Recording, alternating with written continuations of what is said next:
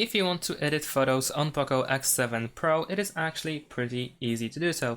In order to do that, we need to open the Gallery app. Then you can choose the photo that you wish to edit. So let's say I'm gonna choose this one.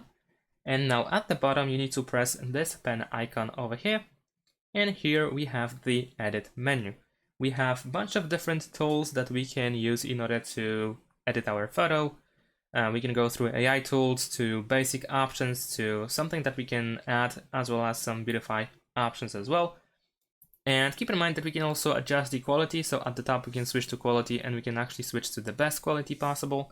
And once you are done with all the changes, you can press save over here in the top right corner. The photo will be saved as a copy, so the original photo will still be saved on your photo. You will not lose it. So in your gallery, sorry, the original will be kept in the gallery. You will not lose it.